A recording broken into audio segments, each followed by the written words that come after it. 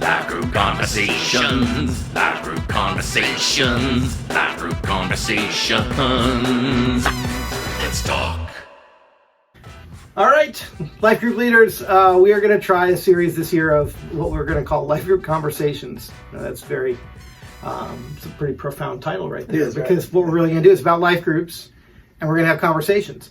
And that's going to be kind of how this is Mike Cosner. Mike is one of our leaders. Mike and Chrissy started leading a group last year at a unique moment. And so the topic of this conversation is how to make the most out of a Zoom experience. So this is good for you Zoomers and Bloomers, but also for you Roomers who may have to go back online at some point. We don't know what, but I suspect that this will be helpful for everyone. And the unique scenario with you guys is that you actually were one of the two groups, ours was the other, that launched a new group in the middle of the pandemic. Right. All of our groups had to go online, but we all had to learn how to do this.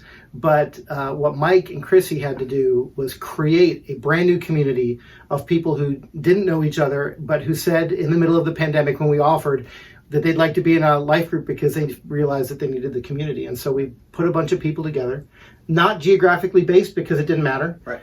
And we gave them to Mike and Chrissy for a few months. And so for starters, describe like that first week was probably, I know for us, I was afraid it was going to be super awkward, and I was pleasantly surprised. But what was your first week like, and then kind of where did the group go from there? Yeah, I mean, I wouldn't call it super awkward, but it's got, I mean, if you're on Zoom, it's got a level of kind of awkward to it.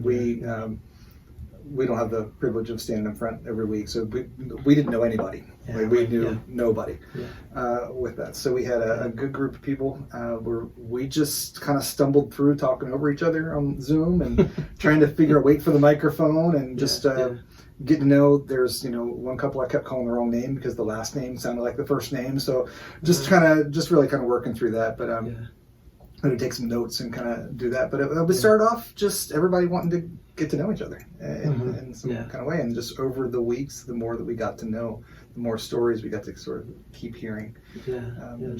We've kind of didn't bloom into a room, but we bloomed into a much better, real community. Yeah, good friendships. What would you say? I suspect that a lot of folks are going to resonate with the fact that there are a lot of obstacles to overcome when you're dealing with an online community. Aside from just talking over each other, which happens a lot, like what would you say were some of the major obstacles that you guys had to overcome, or just barriers to good community, things that are harder online? Well, I mean, the thing is, if you're in a room if you got 10 people in a room, then you've got probably 4 different conversations going on. And you can talk over here, we're having this, and you kind of got to gather everybody, all right, let's kind of thing. You can't do that on Zoom. And Zoom, there's only one person really able to talk at a time. So it's just, it's a different environment to sort of figure out how to do that.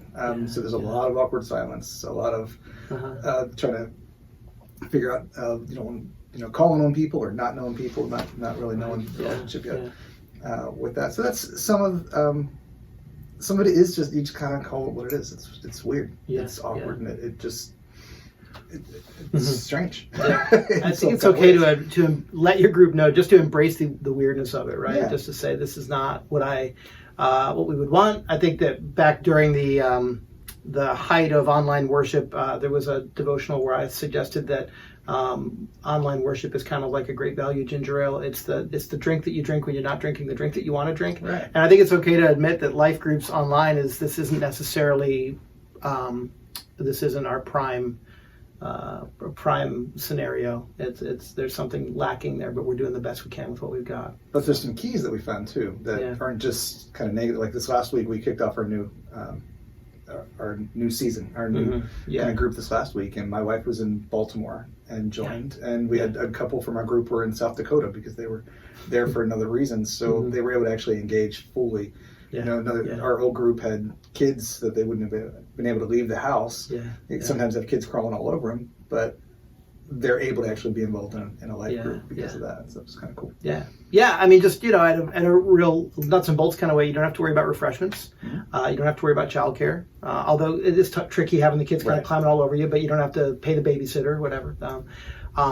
the non-geographic based nature of it actually allows us to have some people that are connected in our community that may not otherwise be able to have a life group experience. And we actually have a couple that have retired and they are traveling the nation in an RV, and they will be in a life group this year and be able to do that from wherever they are because of the Zoom experience. So it's kind of cool. Yeah. So you guys created a Zoom group, and then you came back this fall and you're creating another Zoom group. So you guys are gluttons for punishment, Yeah, right? pretty So much. what were there things that you learned from the first time around that you feel like enabled you to launch stronger last night when you started your new group, that things you learned? Yeah, we did find out that at one point I think we had 8 or 9 screens, and that was tough when you're trying to have one person sort of talk and kind of manage that. Somewhere between maybe 5 or 6 screens is a little better, I think. For that was a little simpler. We figured out how to use the mute and all that kind of stuff, which was helpful. One thing that we found too that we haven't started yet, but what we're going to do this time is a content-driven sort of strategy where we're going to study something together, technically with a video. Do a video, so we all have something to sort of center in on instead of just open. Again, when you're in a group of 10 people and it's sort of open conversation, you can chit chat and have small talk. Right. You can't really do that. You're kind of game on from the moment that you start, right? So, Right. Good. Any ideas on how to get the group talking, or how to get them more comfortable with each other, or did that just kind of progress naturally? Some of it progressed naturally. Some of it, honestly, the biggest thing is just embracing the silence long enough to let people start to talk. Right. That's what I would always kind of start to jump in a little too early, and that's just kind of let it go for a little while, and people do jump in and start talking that way. Because as relationships get kind of built, you can then start asking a little more pointed questions. Say, hey, you guys, I know you have something to do, or been able to get this experience you can share. Yeah, it's good. I know that we kind of talk in gloomy tones about having to have life group online, but actually there's some things that go better, I think, with Zoom groups, and maybe finding ways to maximize the things that are uniquely strategic about a Zoom group, an online group. I can think of a couple, but why don't you start? I mean, what are some things you feel like this part of it might actually have been better because it was a Zoom experience? Well, some of it I've experienced in the small group, some just in sort of life in general. Zoom group, when you got a bunch of screens, is different than when you got one-on-one. Yeah. So I eat lunch with a bunch of different people in different areas. I just have Zoom lunch with them. And it's one-on-one conversation. You can do that. So even kind of spreading that out within the group, saying, all right, hey, who can have lunch next Tuesday? We don't have to drive somewhere. We don't have to you can just sit with a sandwich and kind of do that. So some of the freedom and flexibility, we're doing a 45, 50-minute night. We don't have to drive anywhere. There's not, there's a lot of freedom with that. That's really cool. I've actually had a couple of Zoom lunches with Mike. So I mean, just what a great way to think, not just in terms of the meeting, but in terms of the meetings between the meetings, and the ability still to reach out to people one-on-one and use the same tool, right? Just to use the same tool for it. That's really cool. Yeah. We had a guy in our group who actually, at the end of the whole thing, he told me, I mean, I was concerned that it would be very superficial, just the online experience. And this guy poured his heart out and shared significantly about his past and his recent conversion and the scenario within that had led him to our church, and spent this beautiful, very succinct 8 or 10 minutes tearfully telling us his story. And I was really stunned that a guy would be willing to do that the first night. Right. He told me later at the end of the group, he told me it was actually easier for him to do it online for a couple of reasons. He said one is, when you're in a room and everybody's kind of looking at you, you're kind of surrounded by strangers, it's a lot harder to open up. He said the second thing is he was comfortable with Zoom. He'd been doing it with his job required a lot of it. Right. And he recognized that he's in the comfort of his own home. So there's this little bit of security there. He's sitting there. He's got his wife there too, and he's surrounded by what is a comfortable environment for him to share his story. But he's sharing it into a medium that he's familiar with, to people who we're just wanting desperately to be real with each other. And he helped us. I mean, from day one, our group was very real with one another. And I feel like this is the guy that got it started for us. And it was because he said I would have gotten there eventually in an in-person room because I don't want to hide.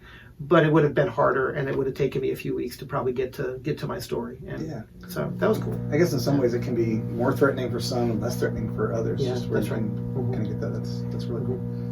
And I guess you've talked about too before, where you can kind of share different things. I mean, we were talking with our group the other day. I said, we can't really sit in each other's living room, except we're sitting in everyone's living room at the same time. Right, so you right. gotta, bring your little show and tells, and you can kind of share different things. We haven't done all of that yet, but we're kind of thinking through some theme nights and some other kind of fun things that we can do to.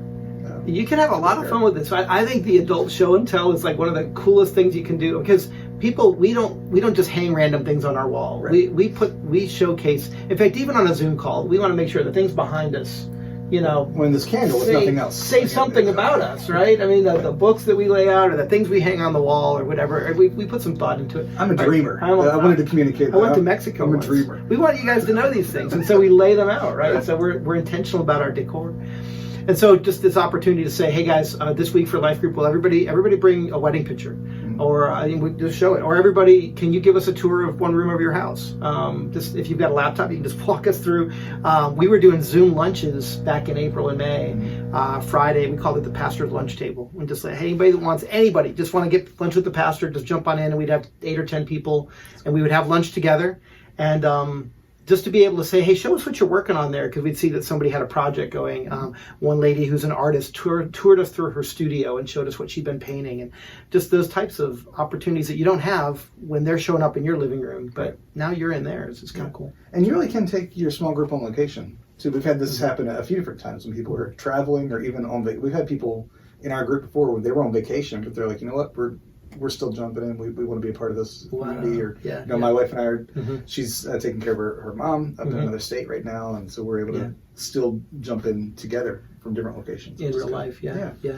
Did you guys try any games? Did you try doing any games online? We experimented a little bit with that, and not yet. Yeah, we made a Kahoot where it's fun. You share the screen, and everybody's got their devices and they play. One night we tried Jackbox games, which we did with the life group leaders at the area retreat. We did a Jackbox game, and but one night we did the most like lazy scavenger hunt possible. We call it the wallet and purse scavenger hunt. We just said, pull out your wallet, pull out your purse, and we're just going to go through it. And we just named things like a receipt that's more than 2 weeks old, or an expired fishing license, or a chapstick, or just whatever, and did this really lazy scavenger hunt that we had a great time doing. It was a lot of fun. So I think charades would work. Charades would be fun. I think it could work. Possibly. I don't know. There are that's worth thinking about. Somebody figure out how to do charades and get back to us on that. That's kind of the cool thing, is that, that nobody really knows what we're doing. Nobody does. So we can try anything, and if it doesn't work, who cares? It's a Zoom meeting. The next week we're like, all right, that didn't work. We'll try something different. If you'll lead into whatever icebreaker you do or whatever game you play with, this might be weird, but, and then just try it and see, and let us know how things go. Right?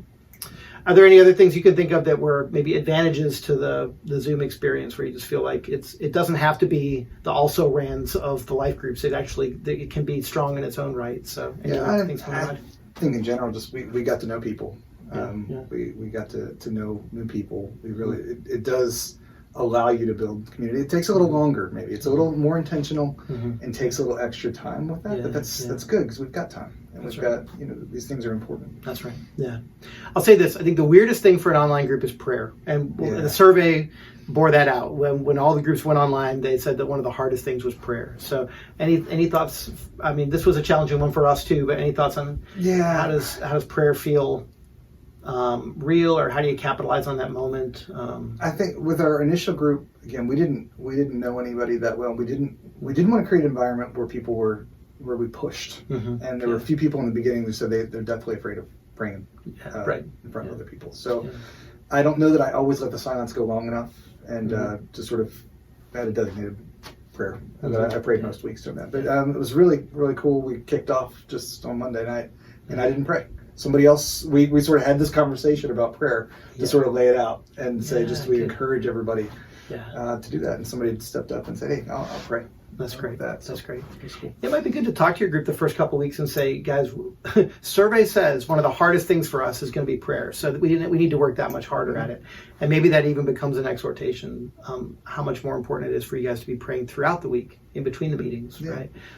There were a few times we had actually in the middle of in the middle of a meeting, somebody muted themselves, got a phone call, and just had sort of an emergency thing happen, and they needed to go. But we just broke down there as well. That's kind of the cool thing. We can be really flexible and just sort of go with it. And that we're like, all right, we're going to stop whatever conversation we're having. We're just going to go and pray for that situation, even right now. And might have had a few people pray that time, but it was cool to be able to just interact live with it. Right. Yeah. There is a real flexibility with the Zoom group. There's an in the moment. There's an on the road nature to it. There's the non-geographic nature of it. There's the I'm RVing and I'm still part of community nature of it. I mean, there are opportunities that I believe even once we get past this COVID crisis, there may be rare people, but there will be people who will benefit from this community who won't be able to be the shut-ins in our church, the people who can't get out. There's rare opportunities for them to be involved, and it's exciting. The group I was in before we started this as well, we actually did some Zoom stuff as well, and there were often one or two people in their cars. There was somebody that was always driving home from work, sort of at that time, and they'd jump on and we'd watch them drive home. They wouldn't look or anything. Good, but good, but it had so much flexibility. So hey, you guys who are doing Zoom groups, thank you for. You are diving into innovation and adaptation with us, and I think that this is something that this time last year we wouldn't have even dreamed of. Then it became a necessity for all of us, and for it still to be a necessity for some of us. I love that there are leaders who are willing to lead those groups. So thank you for being one of those. And any final exhortations to our crew?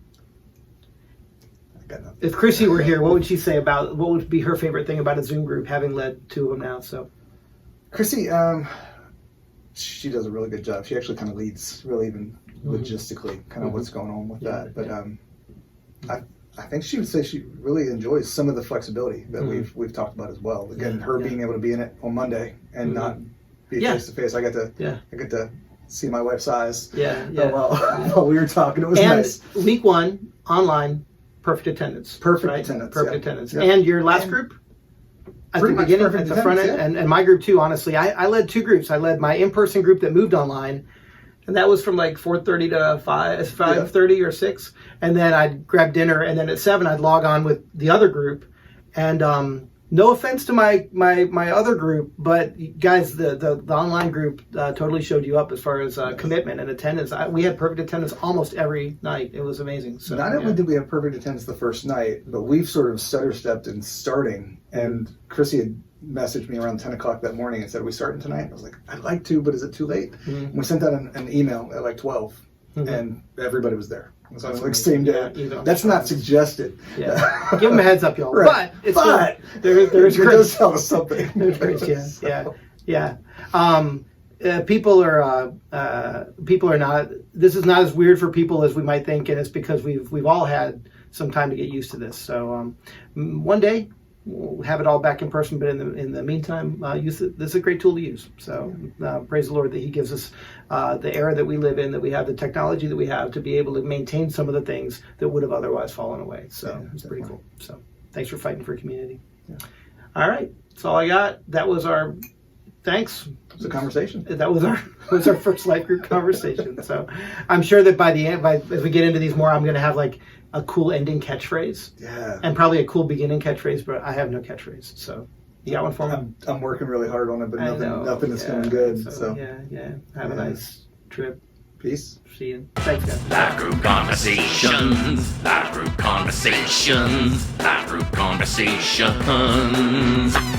Let's talk.